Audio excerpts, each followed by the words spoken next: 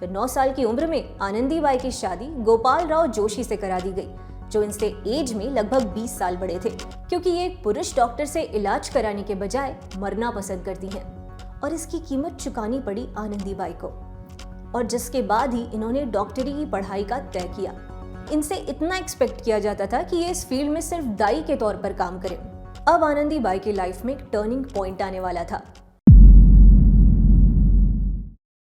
एक सवाल है आपसे, आप एक महिला या लड़की हैं, तो आप अपनी महिलाओं या लड़कियों वाली हेल्थ प्रॉब्लम्स के लिए किसके पास जाएंगी? एक मेल डॉक्टर के पास या एक फीमेल डॉक्टर के पास? अगर मैं आपका आंसर इमेजिन करूं तो आप में से ज्यादातर लोग ऐसी वाली हेल्थ प्रॉब्लम्स के लिए एक फीमेल डॉक्टर के पास ही जाएंगी। रीजन है, आप एक फीमेल डॉक्टर के सामने ज्यादा कंफर्टेबल होंगी। अब थोड़ा रिवाइंड करते हैं। इमेजिन करिए आप आजादी से पहले वाले इंडिया में हैं और तब आप इसी तरह की लड़कियों या महिलाओं वाली प्रॉब्लम से गुजर रही हैं। आपके आसपास कोई फीमेल डॉक्टर है ही नहीं। अब आप क्या करेंगी? कुछ ऐसा ही हुआ था इस महिला के साथ, जिसने मेडिकल केयर की अनअवेलेबिलिटी की वजह से अपना कुछ बहुत कीमती खो दिया और फिर तय किया डॉक्टरी की पढ़ाई करने का। ये थी आनंदीबाई जोशी। अब आनंदीबाई जोशी ने डॉक्टर बनने का क्यों सोचा? इसके पीछे भी एक स्ट्रगल स्टोरी है, पर वो अभी नहीं बताऊंगी। पहले आजादी के पहले की इस कहानी को शुरू से शुरू करते हैं। आनंदीबाई का जन्म 31 मार्च 1865 में पुणे में एक जमींदार फैमिली में हुआ था।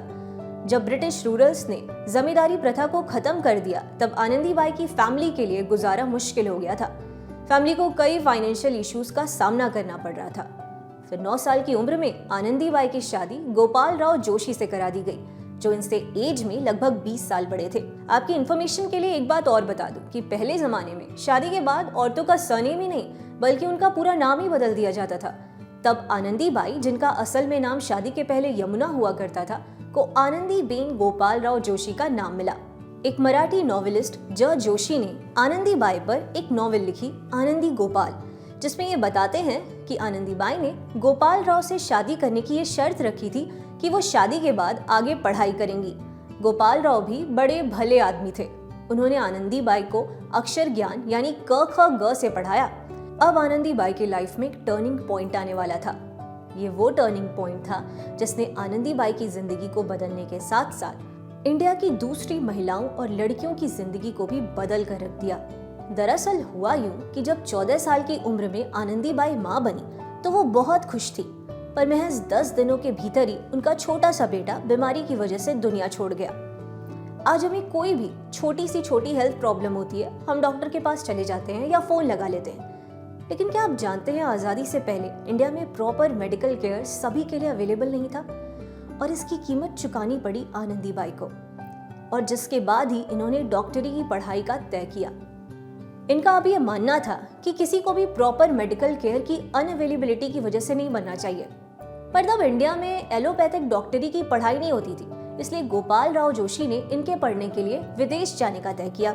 आज लड़कियां मेडिकल की पढ़ाई करती हैं, डॉक्टर बनती हैं, लेकिन इंडिया में 19वीं सेंचुरी में मेडिकल फील्ड में काम करने के लिए औरतों की कोई जगह नहीं थी। उस दौरान इनसे इतना एक्सपेक्ट किया जाता था कि ये इस फील्ड में सिर्फ दाई के तौर पर काम करें। हालांकि उस दौरान भी चेन्नई में एक डॉक्टरल कोर्स था, लेकिन वहां औरतों को पढ़ने की परमिशन नहीं थी। इसी थिंकिंग ने औरतों और लड़कियों के लिए प्रॉपर मेडिकल केयर को उस टाइम पर सीमित कर दिया था, क्योंकि ये एक मेल डॉक्टर से अपनी जांच कराने में अनकंफर्टेबल फील करती थी।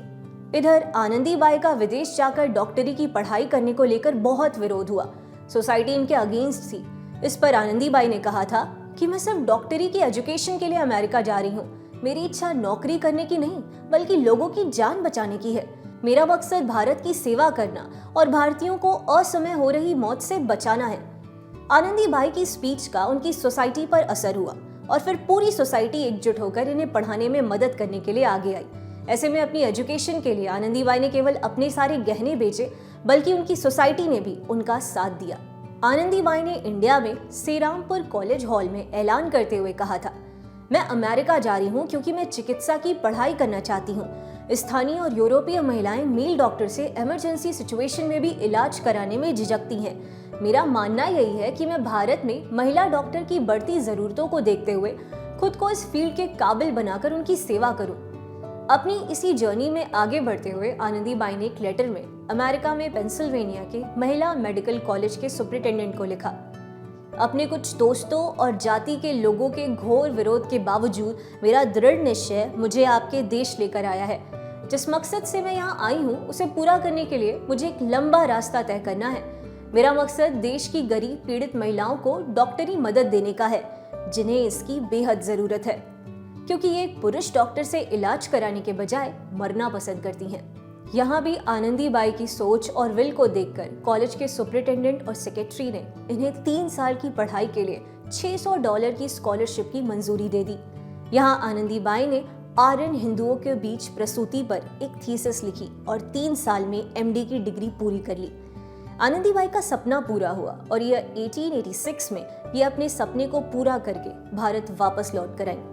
लेकिन यहाँ इनकी हेल्थ बिगड़ने लगी और महज 22 साल की उम्र में 20 फरवरी 1887 के दिन इनकी ट्यूबरकुलोसिस यानी TB के कारण डेथ हो गई।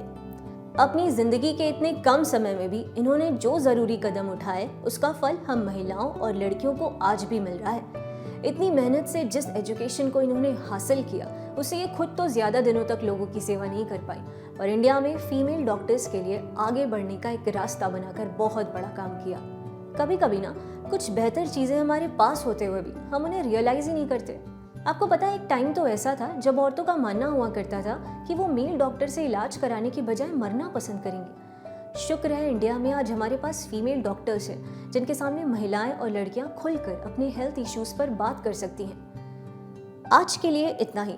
अगले वीडियो में मैं फिर आपसे मिलूंगी किसी ऐसी ही महिला की कहानी लेकर जिसने अपने और हमारे जैसी औरतों और लड़कियों के लिए इस दुनिया को एक बेहतर जगह बनाई। कमेंट सेक्शन में मुझे ज़रूर बताइएगा आपके आसपास ऐसी कौन सी महिला हैं जिससे आप बहुत कुछ अच्छा सीखती हैं।